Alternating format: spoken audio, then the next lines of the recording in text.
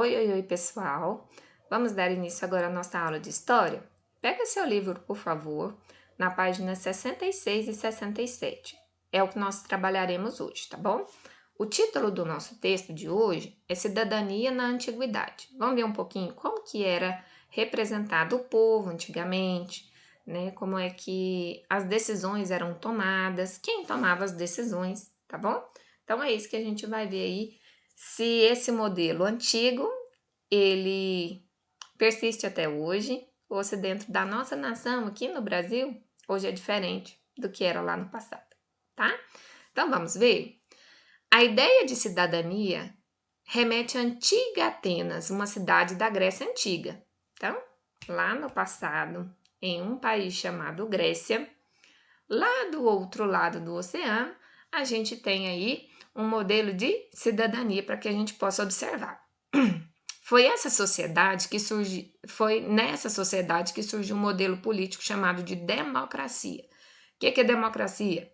Significa governo, poder do povo, ou seja, quem manda é o povo. Não é uma pessoa que manda na nação. É o povo quem escolhe o seu representante para governar aquela nação, tá? Mas todas as decisões partem do povo. Na democracia ateniense, todos os cidadãos deviam participar das decisões políticas por meio de assembleias e votações. Olha que legal, uma ideia que surge lá na antiguidade. Esse regime é diferente, por exemplo, da monarquia, em que o poder está nas mãos apenas de uma pessoa e é transmitido ou transferido de forma hereditária, como era aqui no Brasil antigamente, né? Na época do Império, na época que tinha rei, que tinha princesa, que tinha príncipe regente. Nessa época nós éramos uma monarquia, quando os portugueses chegaram aqui no Brasil. Depois a gente mudou o nosso regime político e a nossa forma de organização como povo e passamos a ser uma democracia. Só que isso é diferente também da democracia que nós conhecemos hoje.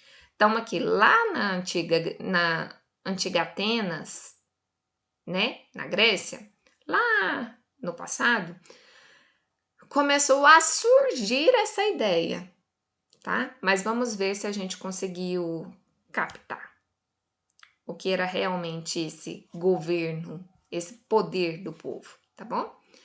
Em Atenas, há 2007, nossa, hoje a tia Vanessa tá demais.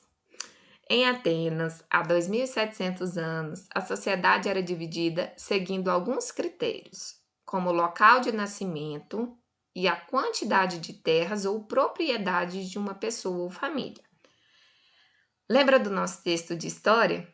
De ensino religioso, que falava da diferença entre ter e ser? Aqui o importante era ter, né? Então, olha só.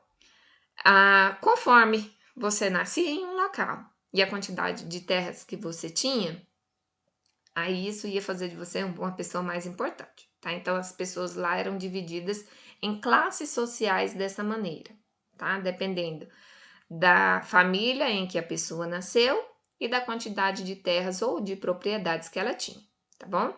As pessoas nascidas na cidade que tinham grandes propriedades de terra eram chamadas de eupátridas e se consideravam os legítimos cidadãos de Atenas. Se achavam os mais importantes, né? Apenas os homens dessa classe podiam tomar decisões sobre a cidade, como uma oligarquia. O que é uma oligarquia? É uma forma de governo em que um pequeno número de pessoas controla o poder. Então, mesmo falando sobre democracia, aqui era como se fosse um poder oligárquico. O que isso quer dizer, professora? Que eram os eupátridas que achavam que podiam tomar todas as decisões, tá bom? Comerciantes e pequenos proprietários eram chamados de demiurgos. Atenção! Então, existiam os eupátridas, que eram as pessoas que eram nascidas na cidade de Atenas e que tinham grandes propriedades de terra. Depois vem os demiurgos, que eram os comerciantes e os pequenos proprietários de terra, tá bom? Aqueles que não possuíam terra ou comércio eram conhecidos como tetas. e as pessoas nascidas em outros locais eram chamados de metecos, tá? Grande parte da população de Atenas, porém, era composta de pessoas escravizadas, tanto por dívidas quanto por guerras, tá certo? Então, a gente tinha aí outras classes, tá? Além dos eupátridas, dos demiurgos, dos tetas e dos metecos, nós tínhamos aí pessoas escravizadas por motivo de dívida ou por motivo de guerra, tá? Aqui nós temos uma escultura grega de cerca de 2.400 anos que retrata duas mulheres atenienses. Egeso, sentada em uma cadeira, recebe uma joia trazida por uma escrava. Tá vendo? Então, essa aqui é Egeso e essa aqui é a escrava sendo representada aí nessa escultura, né? Você sabia? O que a gente sabia, professor? Vamos ver?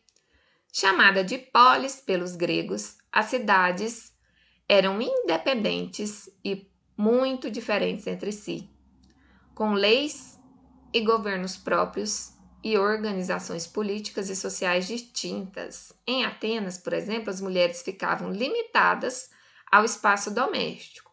Já em Esparta, cidade-estado, dedicada a atividades militares, as mulheres recebiam educação física e militar. Então era diferente. Cada polis ou cada cidade tinha sua forma de governo. Tá vendo? Não era assim, na Grécia é assim. Cada cidade tinha sua forma de governo, tá? E cada um exercia a sua democracia de uma forma diferente. Beleza? Aqui nós temos uma estátua feita de bronze representando uma jovem atleta espartana feita há 2.500 anos. Eita, tia, tô demais hoje, né, gente?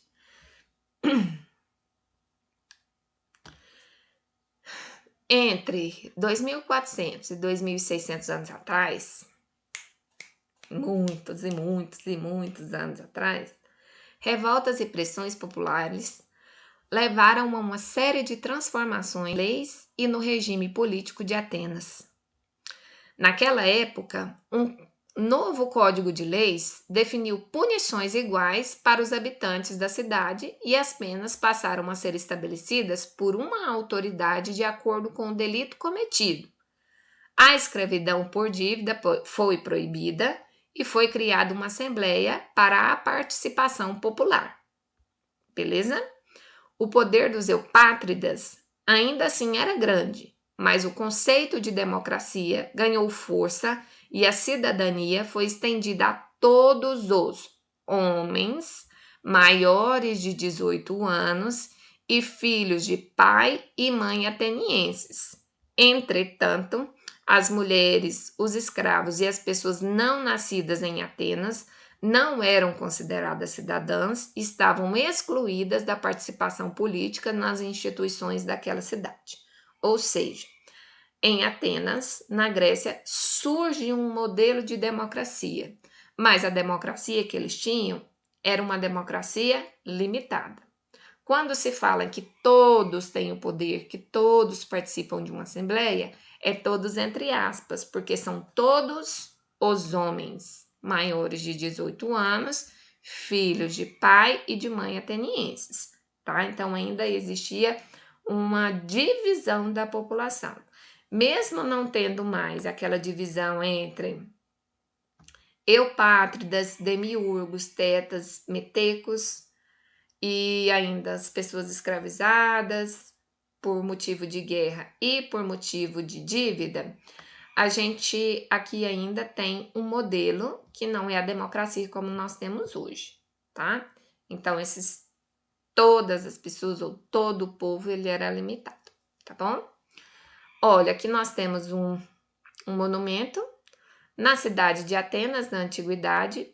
O espaço público incluía templos, teatros e praças em que os cidadãos se reuniam para o comércio e para debater política. Isso aqui é uma ruína do Partenon, em Atenas, na Grécia, em 2016. Então, um ambiente público aí para essas discussões, tá bom? Qual que é a nossa atividade de hoje? Nossa atividade é a atividade número 4 e número 5, que você vai se basear no texto para responder, tá bom? Explique quais eram os critérios da cidadania em Atenas na antiguidade. Então, como que era a cidadania lá em Atenas? Como que era dividida a população e quem é que tinha poder de voto, de participar de uma assembleia, por exemplo, tá? E eu quero saber o que significa a palavra democracia, tá? Pode se basear no glossário e também nas informações que a gente tem no texto, tá certo? 2 atividades apenas, façam com carinho e atenção, tá bom? Beijo, até mais, tchau!